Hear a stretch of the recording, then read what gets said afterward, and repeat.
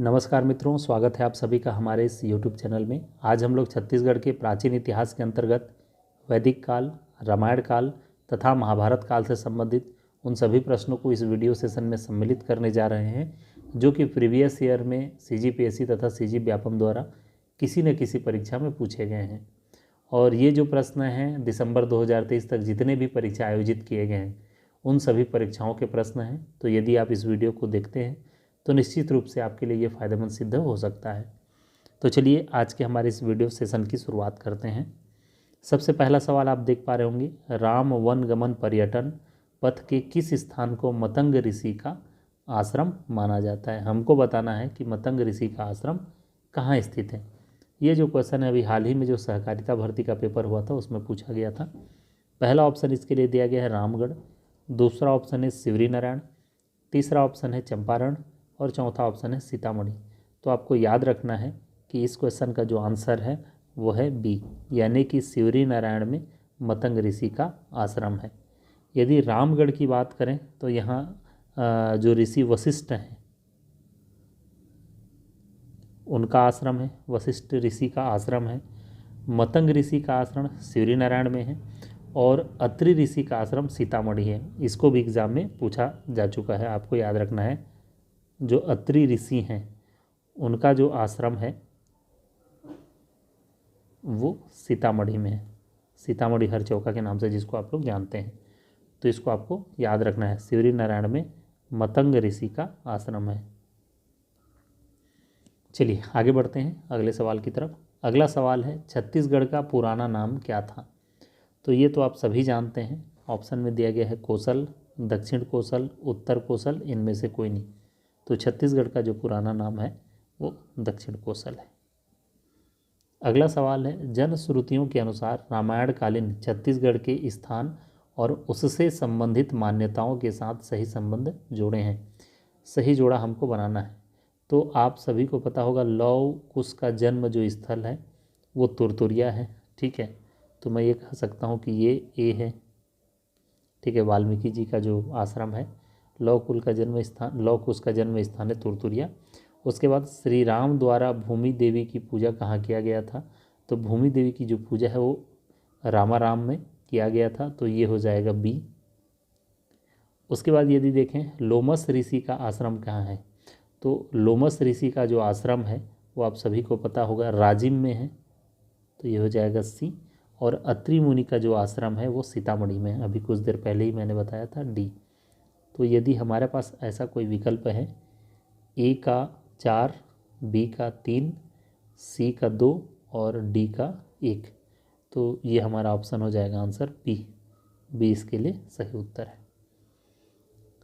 अगला सवाल है, माता कौशल्या का ऐतिहासिक मंदिर कहाँ स्थित है। तो माता कौशल्या का ऐतिहासिक मंदिर आप सभी को पता होगा चंद्रखुरी में स्थित है। ये कई बार क्वेश्चन पूछा जा चुका है, आपको ध्यान रखना है।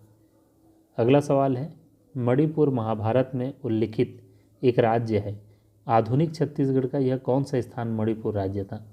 तो आधुनिक छत्तीसगढ़ का कौन सा स्थान है जो महाभारत काल में उल्लिखित है मणिपुर के रूप में। पहला ऑप्शन दिया है बिलासपुर, दूसरा है रायपुर, तीसरा है रतनपुर और चौथा है दुर्ग। तो इसका आंसर है रतनपुर। आपको याद रखना है महाभारत काल में मणिपुर के नाम से जाना जाता था। अगला सवाल है, छत्तीसगढ़ी रामायण शोध ग्रंथ पुस्तक के लेखक कौन है। तो छत्तीसगढ़ी रामायण शोध ग्रंथ के लेखक, पहला ऑप्शन दिया है पंडित सुंदरलाल शर्मा, दूसरा है हेमनाथ यदु, तीसरा है मन्नूलाल यदु और चौथा है बाबू रेवाराम। तो इसका आंसर है मन्नूलाल यदु। आपको याद रखना है, इन्होंने छत्तीसगढ़ी रामायण शोध ग्रंथ के रूप में पुस्तक जो है प्रकाशित किया था। अगला सवाल है, छत्तीसगढ़ सरकार ने राम वन गमन पथ के अंतर्गत कितने स्थलों को चिन्हित किया है। तो राम वन गमन पथ के रूप में आप सभी को पता होगा कुल 75 स्थानों को चिन्हांकित किया गया था, जिसका विकास या डेवलपमेंट शुरू में 9 स्थान या 10 स्थान ऐसा कह सकते हैं का किया जा रहा था, ठीक है। तो ये क्वेश्चन एग्जाम में पूछा गया, आपको ध्यान रखना है। अगला सवाल है, माता कौशल्या मंदिर खाली स्थान में है। तो माता कौशल्या का मंदिर, ये क्वेश्चन रिपीट हो चुका है, ठीक है, चंद्रखुरी में स्थित है, आप सभी को पता होगा। अगला सवाल है, प्राचीन काल में छत्तीसगढ़ को और किस नाम से जाना जाता था। ये भी प्रश्न रिपीटेड है। तो दक्षिण कोसल के नाम से जाना जाता था, नो डाउट, और ऑप्शन देखने की हमको ज़रूरत भी नहीं है। अगला सवाल है, वनवास काल में भगवान राम का इस राज्य में निम्नलिखित स्थान से प्रवेश माना जाता है। यानी कि वनवास के समय भगवान राम ने जो 10 वर्ष छत्तीसगढ़ में बिताए, ऐसी मान्यता है कि 10 वर्ष तक वनवास काल के दौरान छत्तीसगढ़ में वो रहे। तो जब वे वनवास काल के दौरान छत्तीसगढ़ में प्रवेश करते हैं तो कौन से स्थान से वे प्रवेश करते हैं? पहला ऑप्शन है हर चौका, दूसरा ऑप्शन है सिवरी नारायण, तीसरा ऑप्शन है सीता बेंगरा और चौथा ऑप्शन है सीता लेखनी। तो इसका सही उत्तर है हर चौका। सीतामढ़ी हर चौका एक स्थान है, आप सभी को पता होगा, ठीक है, और जो कि वर्तमान में मनेंद्रगढ़ चिरमिरी भरतपुर जिले के अंतर्गत आता है। पहले ये जब जिले का निर्माण नहीं होता तो कोरिया जिले के अंतर्गत आता था, लेकिन आपको याद रखना है कि वर्तमान में सीतामढ़ी हर चौका, जहाँ से वनवास काल के दौरान से रामचंद्र जी का प्रवेश हुआ था, वो कहाँ है? मनेंद्रगढ़ चिरमिरी भरतपुर सीतामढ़ी हर चौका। चलिए आगे बढ़ते हैं। अगला सवाल है, भगवान राम ने छत्तीसगढ़ में किस जिले से प्रवेश किया था? अभी देखिए, उस समय जब प्रश्न पूछा गया था तो इसका आंसर कोरिया था, क्योंकि जो मनेंद्रगढ़ चिरमिरी भरतपुर जिला है वो उस समय नहीं बना था। अब चूंकि बन गया है तो उस समय आंसर कोरिया लिया गया था, लेकिन अब इसका एक्चुअल में आंसर होना चाहिए MCB, मनेंद्रगढ़ चिरमिरी भरतपुर, या फिर इसी प्रश्न में से आंसर लेना है तो उक्त में से कोई नहीं को हमको लेना रहेगा। चलिए आगे बढ़ते हैं। अगला सवाल है, छत्तीसगढ़ में राम वन गमन पथ की कुल लंबाई कितनी है? तो यदि आप इसको पढ़े होंगे तो आपको पता होगा। पहला ऑप्शन दिया है 2160 किलोमीटर, 2260 किलोमीटर, 2000 किलोमीटर या 2060 किलोमीटर। तो इसका करेक्ट आंसर है 2260 किलोमीटर। इसको आपको याद रखना है। अगला सवाल है, राम वनगमन पर्यटन परिपथ विकास के अंतर्गत कितने स्थल विकसित किए जा रहे हैं? तो अभी वर्तमान में 10 स्थल विकसित किए जा रहे हैं, लेकिन इसका आंसर उस समय 9 लिया गया था, तो इसका आंसर अभी आप चाहे तो 9 समझ सकते हैं, लेकिन वर्तमान में 10 स्थानों को विकसित किया जा रहा है। अगला सवाल है, वेदों में वर्णित बस्तर का नाम क्या है? तो यदि वेदों में देखें तो बस्तर का जो नाम हमको मिलता है, पहला ऑप्शन दिया है दक्षिण दिक, ध्रुव दिशा, इंद्र दिक और ब्रह्मा दिक। तो एक्चुअल में वेदों में इसका वर्णन होता है दक्षिण दिक के रूप में। तो ये जो क्वेश्चन एग्जाम में पूछा जा चुका है, इसको आप याद रखेंगे कि वेदों में बस्तर का नाम दक्षिण दिक के नाम से जाना जाता था। अगला सवाल है, पुराणों में छत्तीसगढ़ के रतनपुर के है वंशीय राजा मयूरध्वज की दंत कथा के संबंध में निम्न में से कौन सा कथन सत्य नहीं है?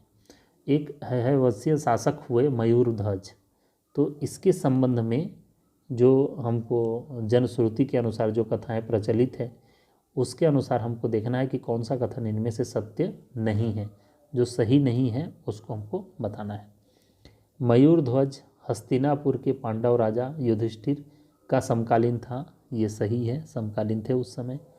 अश्वमेध यज्ञ के घोड़े को लेकर उसका अर्जुन के साथ विवाद हो गया था, ये भी सही है, विवाद हुआ था, यदि आप कहानी सुने होंगे तो। इस विवाद का समाधान युधिष्ठिर द्वारा किया गया था, ये बिल्कुल गलत है, यही हमारा आंसर होगा। मयूरध्वज ने इसके लिए अपने शरीर को आरे से कटवाया था, ये भी सही है, सत्य कथन है जनश्रुति के अनुसार। तो इसका जो आंसर है आयोग द्वारा लिया गया था कि इस विवाद का समाधान युधिष्ठिर के द्वारा नहीं किया गया था। ठीक है, चलिए बढ़ते हैं अगले सवाल की तरफ। अगला सवाल है, छत्तीसगढ़ में तुरतुरिया किस ऋषि से संबंधित है? तो आप सभी को पता होगा, जो छत्तीसगढ़ में तुरतुरिया आश्रम है वो वाल्मीकि ऋषि से संबंधित है, जहाँ से लव और कुश का जन्म हुआ था। ये तो बहुत प्रसिद्ध है, आप सभी जानते हैं। यदि आप इस वीडियो को देख रहे हैं तो आप मुझे कमेंट करके बताएं कि तुरतुरिया आश्रम वर्तमान में किस ज़िले से संबंधित या किस ज़िले के अंतर्गत आता है। ठीक है, कमेंट करके कमेंट सेक्शन में बताएं।